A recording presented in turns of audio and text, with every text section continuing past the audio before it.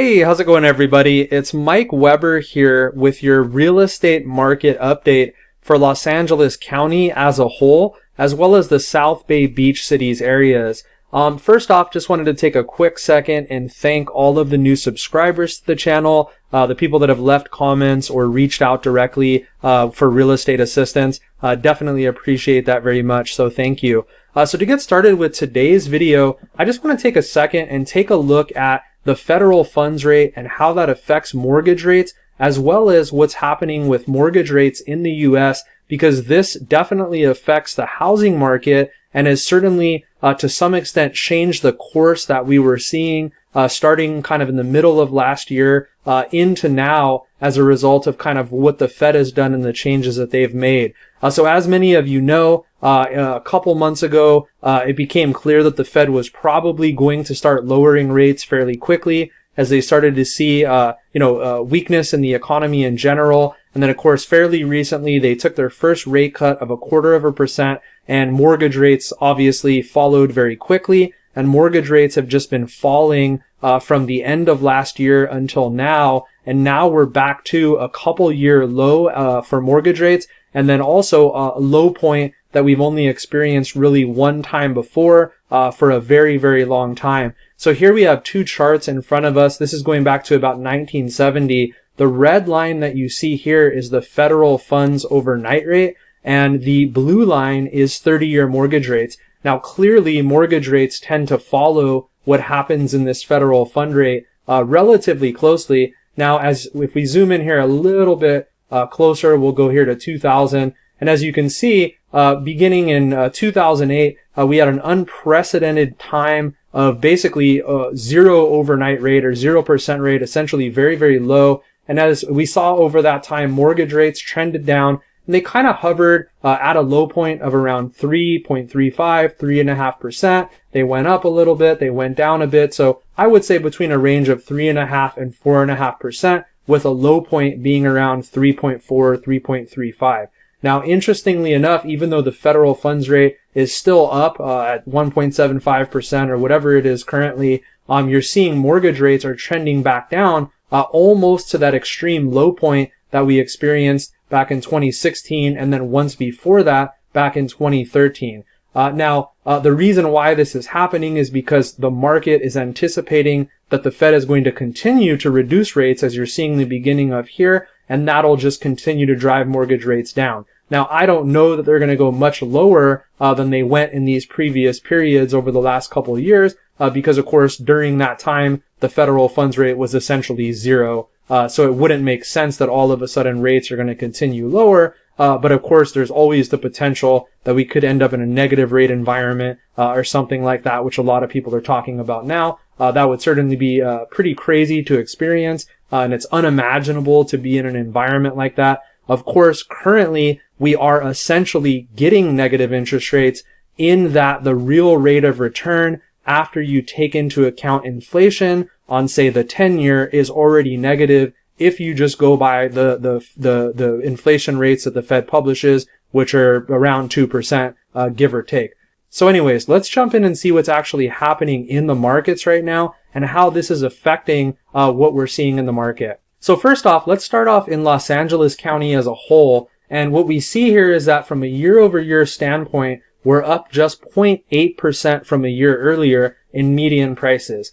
So not very strong growth. You can definitely see a flattening out here. And now this is in the face of extremely low mortgage rates in the market. So this is definitely a new trend. It's probably not a great sign that with these historically low rates again, we're not seeing a huge boost in prices. Now, I wanted to take a more technical look at the chart just to show you what's happened over the last several years. So if we go back here, say 3-4 years, what we see is that at the beginning of the year, we kind of taper off generally from what we saw through the middle of the year. And then right at the beginning of the year, median prices tend to typically rise until around the middle of the year. Then they either trend kind of flat or come down only slightly. And then right at the beginning of the next year, they rise a whole bunch. Then they trend down slightly, continue fairly flat, rise again a whole bunch. But as you'll see here, right towards the end or to the middle of 2018, prices ended up falling well below where they were earlier that year, which typically doesn't happen. You can see the distance below the line that I've drawn in here is very substantial compared to any of these previous years. Now, when we hit 2019, we were definitely well below anywhere we saw in the previous year. So prices were actually falling in terms of Los Angeles County median home prices. And then right here is where the Fed kind of started signaling that they were going to lower rates again. And this is right when mortgage rates started falling. And all of a sudden, what do you see? You see prices in the market start to kind of trend up gradually. And they've done that ever since the Fed became more dovish. But the important thing to note is that after all of that dovishness, the initial 0.25% drop and rates essentially coming back down to their absolute low point, we're only seeing 0.8% positive growth in prices. So very interesting when you take a look at this in a little bit more of a technical manner. So if we move on and we take a look at the supply of inventory on the market in Los Angeles County, as you can see here, we were definitely trending up substantially, kind of all throughout last year. Typically through the holidays, you do see a drop off. And then I was kind of anticipating more inventory growth. But of course, as mortgage rates have fallen, it's allowed people to afford a higher price home or more home than they could have afforded in the past. And so we've seen a lot of that inventory getting taken off the market that likely would have sat there had mortgage rates, remained at 4.5 or 4.75% like they were towards the end of last year. Now, moving on, if we take a look at closed sales, again, we're kind of seeing the same pattern of additional strength that we wouldn't have really expected as a result of these rates kind of falling at the end of last year. You're seeing kind of a huge unexpected boost in the number of sales that are taking place, even compared to previous years where it was a bit more jagged. Right from the beginning of the year, sales really shot up. Now they're still kind of below, I would say, an average point if you look back three or 4 years in the past. But even so, certainly a pretty big boost compared to what we were experiencing or what I would have expected us to experience if rates would have continued trending upwards. Now, if we take a look at the South Bay as compared to Los Angeles County as a whole, obviously it's a lot smaller data set, so you have a lot more jagged chart there. But if we're looking at median sales price, you see that's only up 1.3% year over year. So even with those much lower rates in the market, we're barely seeing any sort of gain. Same thing here. You can see there was a heavy drop off from the middle of last year up until around the holiday time. And then as soon as rates dropped, we saw a huge spike in median prices thereafter. But of course, we are still below even what our high point was from the middle of last year. And we're up just 1.3% from a year over year standpoint when we consider August to August. So certainly not much growth in prices anymore, even in the South Bay or in Los Angeles County as a whole. Now, if we take a look at the supply of inventory, same thing we're seeing in Los Angeles County, same trend. At the end of last year, I was anticipating this to be much higher, but of course I didn't expect the Fed to so quickly lower the federal funds rate and for mortgage rates to drop so quickly.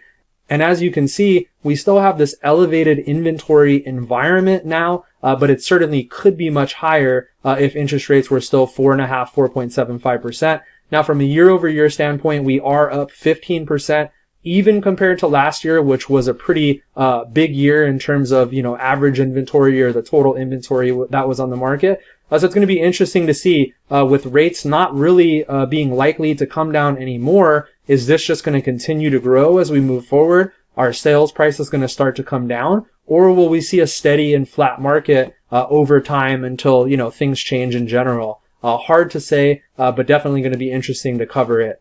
Finally, last thing we'll take a look at is closed sales in the South Bay. And as you see, we're down 2.5% year over year.